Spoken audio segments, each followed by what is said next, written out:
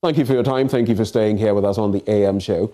On to our next conversation. And we tell the story basically of Diana Hazel. Unfortunately, we're not going to bring you the entire interaction, but it's all about illegal migration. What has been happening from people who have been traveling and what they've been going through. We're going to be interacting with His Excellency Dr. Neokai Hammond, who is Ghana's ambassador to Egypt. And we shall also be interacting with Her Excellency, I might as well add, Reverend Dr. Princess Okanse, Peace, Legal Migration and Decent Jobs for Security Advocate. These two people are at the forefront of migration matters. Lady, gentlemen, thank you so much for joining the conversation this morning. Thank you for having me. Right. Thank you for having us. So we've all been talking about this story about Diana Hazel. And if I may just make this point before we start with the interaction. Diana is a 26-year-old. She traveled to Lebanon seeking greener pastures to get money to actually fund her tertiary education in Ghana. She went to Lebanon and the story was horrific. Eventually, she came back to Ghana partly paralyzed. And in subsequent shows, you will actually get to hear the full story of Diana. But let me start with you, Your Excellency Neokai Hammond. Last year, sometime in August, September, you orchestrated a move that saw some 2,262 of our Ghanaians in such situations across the world, in the Arab world and beyond, returning to Ghana. Tell us a bit about what got you involved in that move. Really having us this morning to discuss this very important topic. Yes, I think early part of last year, I had calls from a number of our girls who said they were stranded and in dire straits and needed help. And I inquired further to find out what was the issue about. And a number of them got me even through their video calls to see the situation in which they were. A lot of them hardly have any decent place to sleep. They work for several hours, and I mean hours, 18 hours in some cases and all of that, without sleep, without any rest, without, medical attention to them. And really the situation was that bad. So I requested for permission to go. By the way, Ghana's ambassador to Egypt, but also responsible for Lebanon, Sudan, and Palestine. So I had to move over to Lebanon. I relocated, as it were, for about 3 months to really get into this matter. And the problem was that the employers were very adamant and reluctant to let them go. They were holding on to them as their slaves because they claimed they paid money for them. They have paid agents money to have these girls, and they will not let go until they serve their full terms, whether they were dying or not. And this is what personally infuriated me and got also the government to say, hey, let's go and let our people go. So this was our mantra. We went in there and started hustling and negotiating, first with the government, ministers for labor, foreign affairs, and through them, the General Secretary of Lebanon, to be able to push them to release our girls. We were not 100% successful, but we ended up registering these girls and getting government and some philanthropists who contributed monies to support the evacuation of these girls from Lebanon to Ghana. Can you tell us? Can you tell us how many exactly you were able to rescue from Lebanon? You were right on the figure. 2,262 individuals were the ones that we were able to rescue. And we say rescue because their salaries were not paid. They were stranded in the streets, some of them. And you come to the consulate in Beirut and you find that some of the employers have come to drop those girls without anything, some without even monies, and to the extent that some of these girls, excuse me to say, even when they have to get parts and whatnot during their cycle, couldn't afford it. And we had to take care of all of that. Some of them very sick, some had problems mentally, physically. I mean, you can imagine all kinds of situations. So it needed a rescue.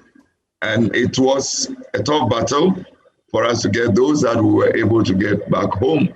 And thanks to the government, the support from my honorable minister, and from the leadership, the president, and all those who provided us with all that we needed to do 9 good flights at the time when COVID was, at its peak, that we couldn't get even commercial flights.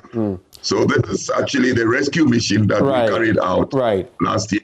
Your Excellency, I'll be crossing over to Dr. Okanse, but before I do, on the back of what you said about government's efforts and all of that, I am curious because there was a ban on these travels, especially of women going to serve as domestic health, care workers and hairdressers and the rest in these parts of the world. How come people were still getting through? When Diana left for Lebanon, it shouldn't have been possible for her to go.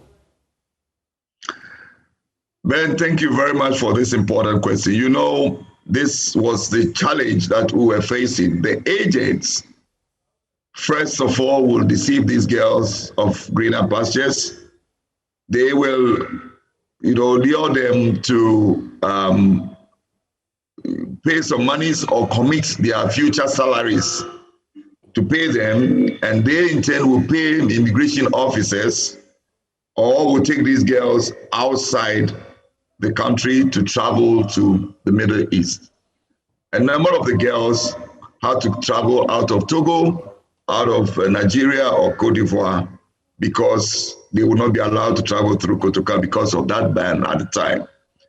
And so the major challenge was the agents who really was fronting for these girls and who got them into that situation.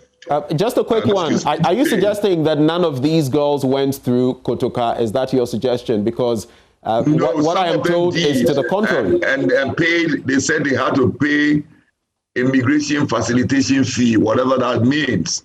They paid to immigration officers so they will be able to fly out. And as we speak, unfortunately, it's still happening. It's still happening. Because when I came down with this last group of the girls and going back to Egypt, I was on the flight with a number of the girls. And this time they're changing destination. They're going to Dubai and other places. But the value is the same because the contract that they were serving under is a type of contract that subjects them to the kind of situation we face in Lebanon. Okay. Let me quickly cross over now and engage Dr. Okanse. Now, you are a legal migration and decent jobs advocate. How do you react to all of this happening, especially when there was supposed to be a ban on such travel by, people from Ghana, especially our women? How do you react to that? Dr. Okanse, if you're still with us, can you hear me? Can you hear me? Yes, I can hear you. Did you hear the question? Right. Yes, I did. Okay. Yes, I did. Now, I thank you so much for having us on the show this morning, and I thank His Excellency for the great work that he did for our women in Lebanon. I have to say that it hurts my heart what is happening with migration, and so for that reason, we have a conference that's coming up even tomorrow and Friday called the African Migration Summit, to address these issues and to find a way to mitigate these kinds of problems. We do have, in the area of the agents, there are 2 types of agents. There's licensed agencies, and then there are the unlicensed. The licensed are about 60 who are licensed, and the government, they've put deposits of 25,000 Ghana cedis in place, so that even if they send people overseas and there's a problem, the government has funds to fall on to bring them back. But because there's a ban on these agents, these unlicensed agencies, of which there are over 300, are actually running the migration show now. And they send people overseas.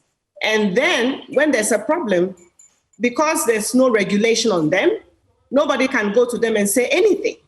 And so since 2017 till now, migration has gone down because of that. However, the government is working on a roadmap to help to do this. And I want to commend the Minister for Foreign Affairs, who has done a great job in setting up and signing bilateral agreements, which is necessary and needed.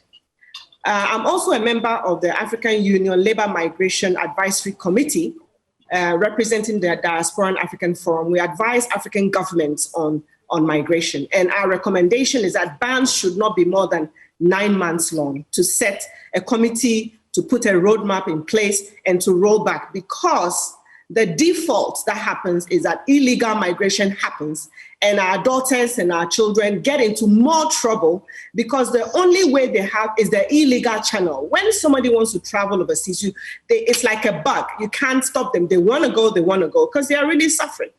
And when they go, if there's no legal channel, the illegal channels is what wins. So we need regulated licensed agencies. We need a lift of the ban. We need roadmaps to get there. And that's what we're going to be discussing on Thursday and Friday at the Accra International Conference Center at the African Migration Summit, both virtual and physical. We have experts from all over the world who are coming. The IOM is going to be part, Ministry for Foreign Affairs is going to be part, Ministry of Interior. The Nigerian governor is coming from Cross River States. We're working with GFORM, about 300 media houses from all over the world. This is not a Ghanaian problem only. It's an African issue.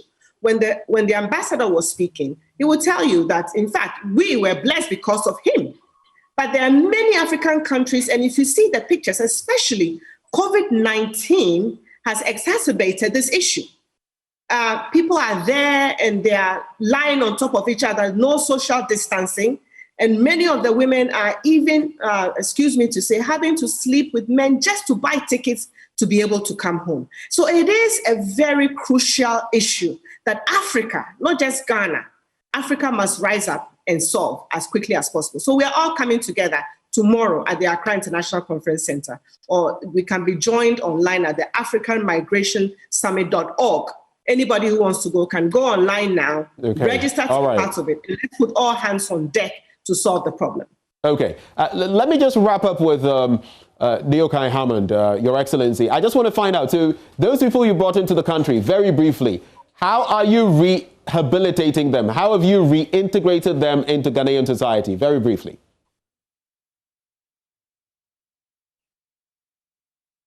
If you could unmute your Zoom for us so we can hear you, Your Excellency. Sorry. Right. Yeah, thank you for that good question. Well, we told ourselves that it's not just important to bring them in, but to make sure they get reintegrated.